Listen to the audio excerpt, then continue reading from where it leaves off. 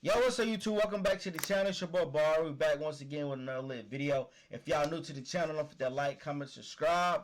We're back once again with another reaction. So today we're going to be reacting to shocking verdict for man accused of murdering rapper Young Dolph. So Young Dolph was unalive back in 2021 at the Makeda's cookie shop. That was one of his favorite shops. He used to like the cookie shop he liked to go to in Memphis. And so back in 2021, he was unalive by Cornelius Smith and Justin Johnson. They're already in custody. I don't know how much time Cornelius Smith got, but he did take the stand in this trial and basically telling on Govan that how he was the mastermind. He put everything together. Justin Johnson got life plus 35 years. I don't know if he's gonna try to make a way back into the court system or not. But, yeah, Cornelius Smith took the stand, tried to testify against Govan.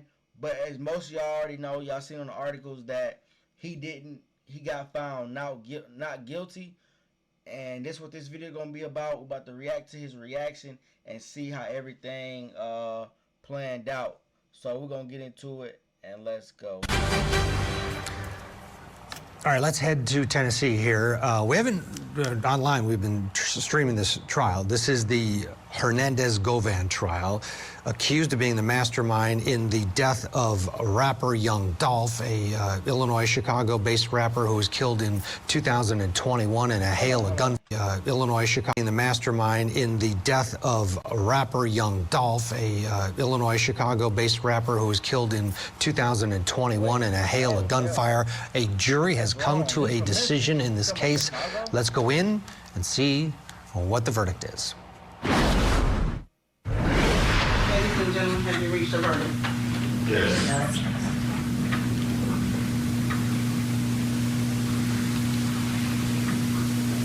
State of Tennessee versus Hernandez-Govan, count 1. We, the jury, found the defendant Hernandez-Govan not guilty in count 1 of the indictment.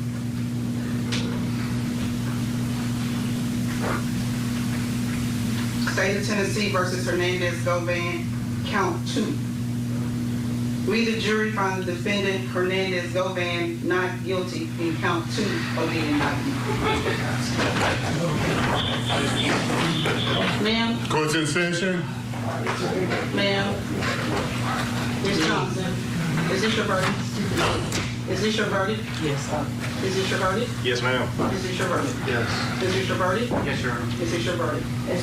Is this your verdict? Yes. Is this your verdict? Yes, Your Honor. Is this your verdict? Yes. Is this your verdict? Yes. Is this your verdict? Is this your verdict? Yes, ma'am. Ladies and gentlemen of the jury, I want to thank you for your service this week.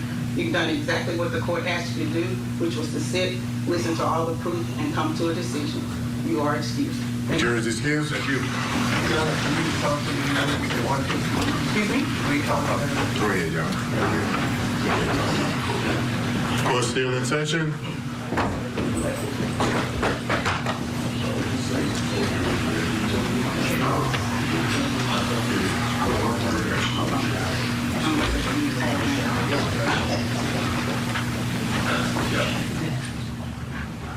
Mr. Hernandez-Govan, a jury of your peers having found. Okay, there you have it. Not guilty. Hernandez-Govan, alleged mastermind in the murder of Young Dolph, a rapper who was in Memphis, Tennessee at a cookie shop and was gunned down in a hail of gunfire back in November of 2021. His defense in the closing argument told the jury that the district attorney in this case should be embarrassed for even bringing this case to them. And it appears as though, as you see this celebration continue inside the courtroom, that the jury went along with that defense argument, coming back with not guilties on both of the top 2 charges. Mr. Govan will be going home as he thumps his chest at his family in the background, presumably, or supporters. You can see that huge relief from everyone on the defense team, including the defendant. Madeline Somerville is with us, and there's nothing like a verdict. There's so much on the line. People's freedom, and in this case, it worked out well for the defendant, and the jury just didn't believe that the state had the case. And the judge said it. You did what you're supposed to do. You came here and you listened and decided. And that's the system. Yeah, that's the system. And sometimes things work out the way that they should. And I, as a jury consultant, think that they do most of the time work out the way they should. I think whenever there's a conspiracy in any case, it's extremely difficult to prove motive, because you can say this person didn't like, you know, the decedent, they had a contentious relationship with him, but that doesn't mean that they killed him. And I think you and I have talked about this before, where we said, you know, they're not allowed to say in closing argument, think about what you would do in this situation, but all the jurors all do anyways. And I think in this situation, they thought, well, if I were in this man's shoes, there's no way that I would think that it was fair to convict me. So I think the right outcome happened here today. Yeah, well, it was reasonable doubt, and this case was going to be difficult from the very beginning. A conspiracy case always is, because it isn't, this guy shot it, here's the fingerprints, here's the cell phone data, here's the video of it. Here, you know, some of these cases that we watch are overwhelming in terms of proof. This seemed to be riddled with reasonable doubt. And I have no doubt that the prosecution came here on good faith, thinking that this man absolutely was the mastermind behind this murder. But sometimes when you don't have it and you roll the dice, you lose. You know, there's a line that one of the attorneys said in closing arguments that I've actually heard my colleagues use before that's very effective, which was, you know, this attorney thinks you're stupid. They think you're stupid. And it's very effective because people's ears perk up, first of all, when you hear the word stupid. And it's almost like you're on defense and you start thinking, okay, maybe I need to reconsider whatever that was. Your attention just zooms.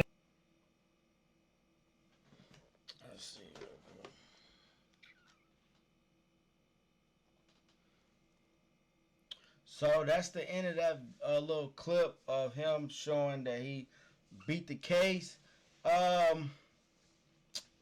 Like I said, I didn't really dive too deep into this case. I just watched the video the other day by Seti Nash.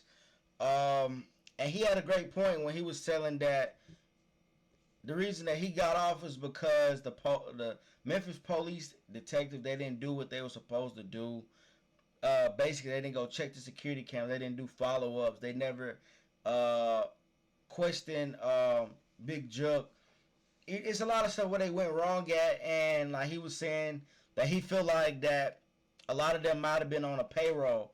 And honestly, it could have been. They could have been on a payroll. You know, Memphis is Memphis, and CMG is CMG, and they're, you know, and I don't even want to say it like that, because I'm pretty sure PRE got people in there that got tied. And they're just like anybody, and they're just like being real. I'm just going to be realistic in real life.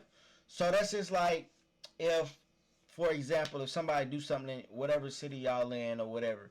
Or if y'all, I'm not even going to say do something. Just say y'all got a job, right? Y'all got a job, and just say like your dad or somebody that you might know in your family might know, like the boss, or might be real good friends with the boss outside of work, you know. And if you just say you might do something at work that normally if you wasn't tied in or knew somebody, you might get fired. But since you know the person, and you know y'all got relationships outside of work, or you might be cool with them, they might just be like, hey, don't do that again. I'm gonna have to let you go, but this time I'm gonna cover them. You know what I'm saying? So that's how I feel like all this stuff could possibly be, because you know, CMG name do hold weight in the city, although they got people that don't like them. You gotta remember they got people that do like them. The same way with PRE, they got people that like them, they got people that don't like them. So I'm pretty sure that it go both ways. Like, you know, I haven't heard anything about the people that did anything to Big Juck. Not saying that PRE had anything to do with it, but you know, but then again, you know, they did get one person down, was Justin Johnson, and they got Cornelius. So you know, I don't know how he still got to go to trial. But from me watching the last video with Seti Nash, it really was fall back onto the police department. They didn't do their job, and they didn't really have nothing on him. It was basically like hearsay, and the people that were testifying was the person that shot him. And he didn't get his money, so it's kind of like, oh, he only saying this because he didn't get his money, or he just saying this because he trying to get his time reduced. So all you gotta really do is create a reasonable doubt. I think that's the word. Basic, and the lawyer right here, I ain't gonna lie, he popped his stuff. Y'all go watch my last video I just dropped. He popped his stuff up in there, and he really, talked his stuff. But like I said, I'm a Moneybag Yo fan. I'm a Young Dolph fan. I'm a Key Glock fan. I'm a Glorilla fan. So I'm fans of both sides. And like I said, I don't know none of them. I never met. Well, I done seen Glow and stuff like that, but I never met. With this particular case, I don't know none of them or whatever, So yeah, it just I don't know. I can't even say, because you don't want to wish jail on anybody, but I can say that I feel like Govan need to get out of Memphis. He did say that in one of the press conferences afterwards that he was about to move out of Memphis. I feel like, personally, me, I would never even ask that question. I would have just had my lawyers been like, we're not going to ask any more questions at this time, and walked away, because, with everybody know that he most likely going to leave out the city, because there's no way that he could come around and just walk, have a regular life. Even anywhere he go, I feel like he going to have to be cautious, because people still going to try to travel. Then this a national case now, so everywhere you go, people gonna know. So I will, I don't know. I just pray for the best, because throughout this trial of 4 years, he did lose a daughter. Lotto, her name Lotto Cash Deso, I think her name is like that, if I'm pronouncing it right. She got killed in Houston, Texas, I want to say.